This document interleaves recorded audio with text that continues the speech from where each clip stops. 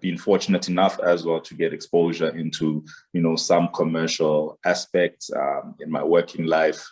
So yeah, I've been very fortunate, and that has really assisted me in learning quite a lot about what people would term property investing. And as I jump straight into it, Jasmine, so you said something very interesting, which a lot of people tend not to understand, right? And I think it's derived from the mistaken understanding that you can never go wrong with property. I'm sure everyone has heard this term before. When you ask people about investing in property, like, oh, you can never go wrong with property. So, and what that tends to communicate is, it doesn't matter what property you're buying, where you are buying it, as long as it's a property you are going to make money. And nothing can be more misleading than that. You actually make money from property on day one, on the day which you purchase the property. That's where you make your most money.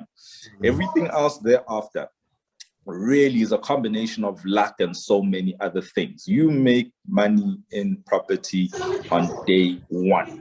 And when I say you make money in property on day one, what do I mean? The biggest thing is always going to be the purchase price. That's the thing that you need to focus on.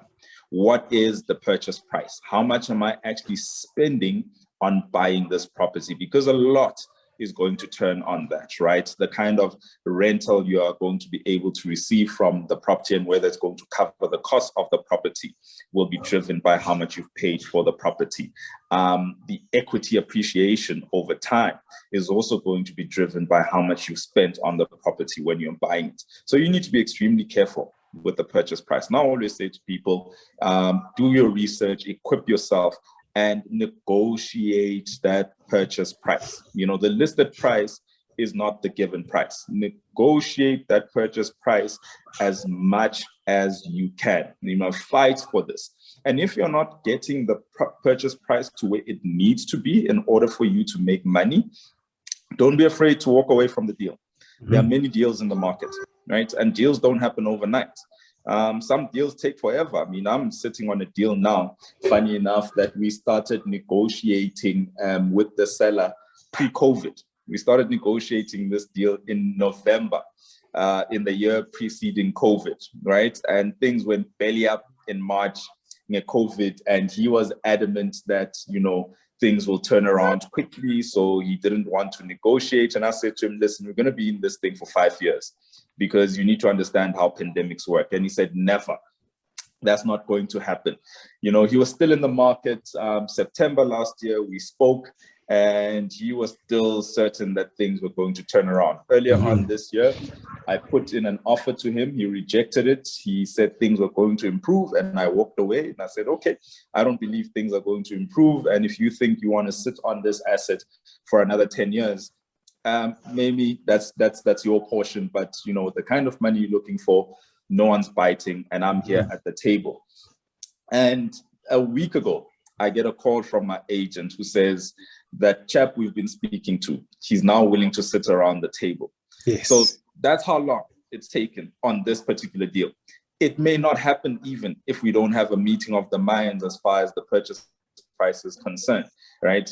I'm not worried. I'm not afraid of walking away from a deal, but I'm interested in this deal because for me, it meets the fundamentals that I've set up for myself. But the only way you are able to negotiate the purchase price is by equipping yourself with the things that you need to know in order for you to negotiate. Because yes, you can negotiate for the sake of negotiating, but you're unlikely to land on the right price if you're negotiating for the sake of negotiating, right? So what are the things that you need to know about the property? Firstly, you need to understand the location. Where is this property located? What makes it attractive? Once you've understood that and whether it makes sense from an investment value proposition, in the location, what kind of tenant are you looking for? And does that property cater for the needs of the tenant? So if you're looking to tenant a young family, for instance, do you have schools around? Are they good schools? Because just having schools is not a solution. People are looking for good schools to give their children the best education that they can. So are you next to good schools, right?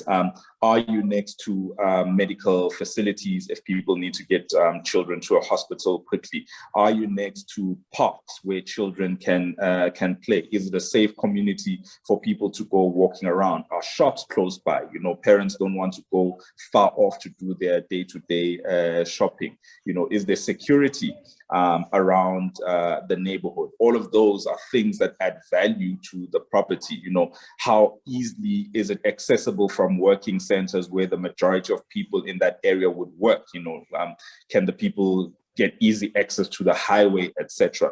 You need to consider all of those things. And once you've landed on that and it makes sense, it's one of your starting points. You then need to check also, you know, what are the values of the surrounding properties and what have been the sales historically in the area, you know, and are you within that band?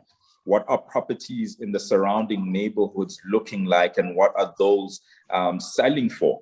You know, and that will all help you understand the value of the property and the kind of purchase price that you should be paying for that property. And once you figure that out, it's then kind of the challenge for you, I guess, to try and be under what is the median or the average price in that area so that you can get good value. And that's your starting point, really. So you need to do the research, you need to check, you know, like I say, all of the fundamentals that make sense for the property to be an investment property.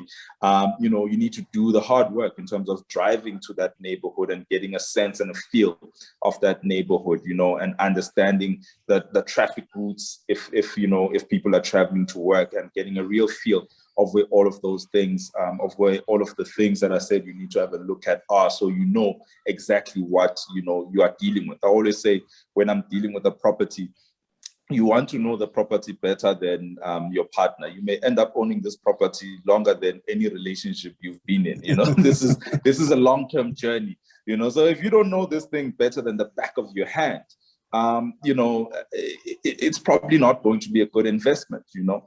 And it's so risky because you're spending so much money on this. You don't want to take chances unnecessarily, you know, unless, you know, you've been fortunate to come from a background where there's a lot of money and all of this means nothing. You want to try and be as accurate as possible, because people are spending hundreds of thousands, millions getting into investment properties. And so you want to make sure you've got the best chance of your money coming back, or of your investment coming back. So rather put in the work upfront instead of taking chances, so that you've got a bit more certainty. You know, nothing is guaranteed. You're not always guaranteed to make money in property, but you can do as much work as possible to reduce the risk of you not making money. And if you make the right decision as far as all of the research items are concerned, and you pick up deals in the right areas, okay, and you're not in a hurry to pick up any deal that comes along, you're more certain to make money,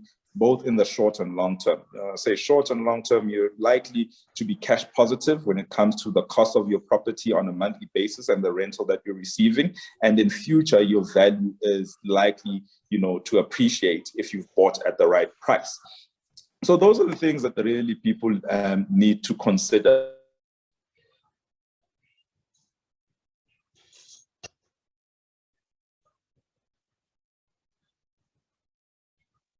Need to put money in to make it more attractive and more appealing for a tenant.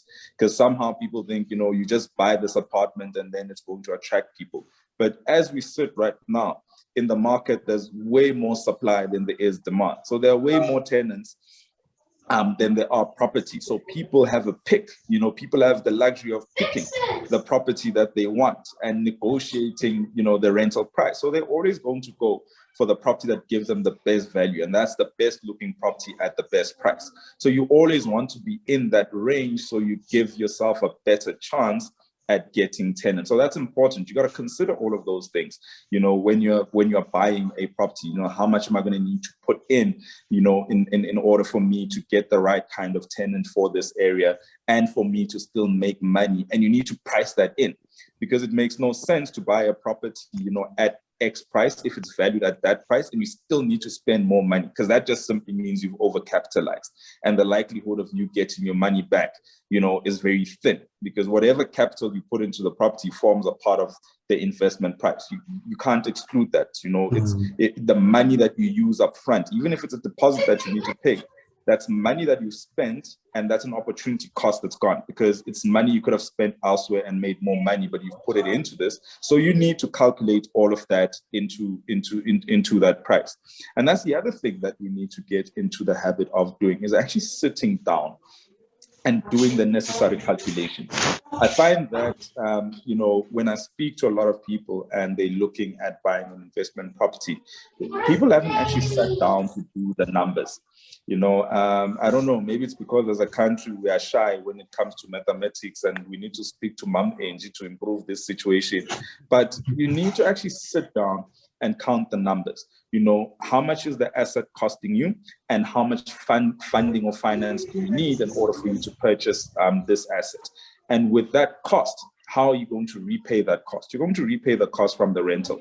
So if you are buying a property where the rental you're going to get is, as an example, let's say 8,500, your cost of funding cannot exceed that 8,500, because once your cost of funding exceeds that 8,500, that means you need to take money out of your pocket literally every month to sustain this, which is a costly exercise, right? Because you're getting into an investment. The last thing you want to do is spend money in order for you to sustain this. And how I tend to explain this to people is, if you're running any business, any shop, whatever the business is, you want to be making money at the end of the month. You don't want to be taking money from elsewhere to sustain this business, right?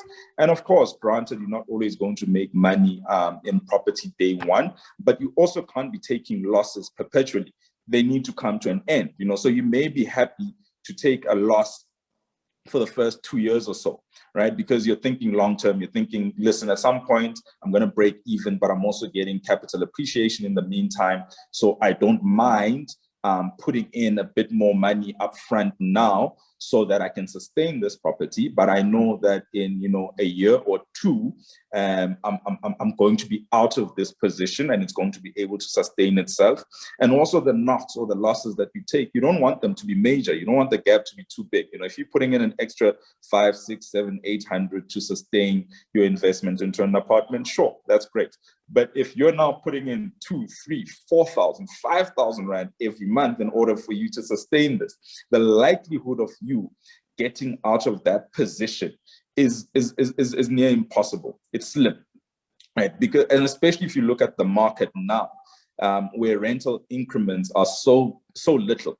No one's increasing rents by 10, 20, 30% or whatever, ridiculous prices people used to increase rents by.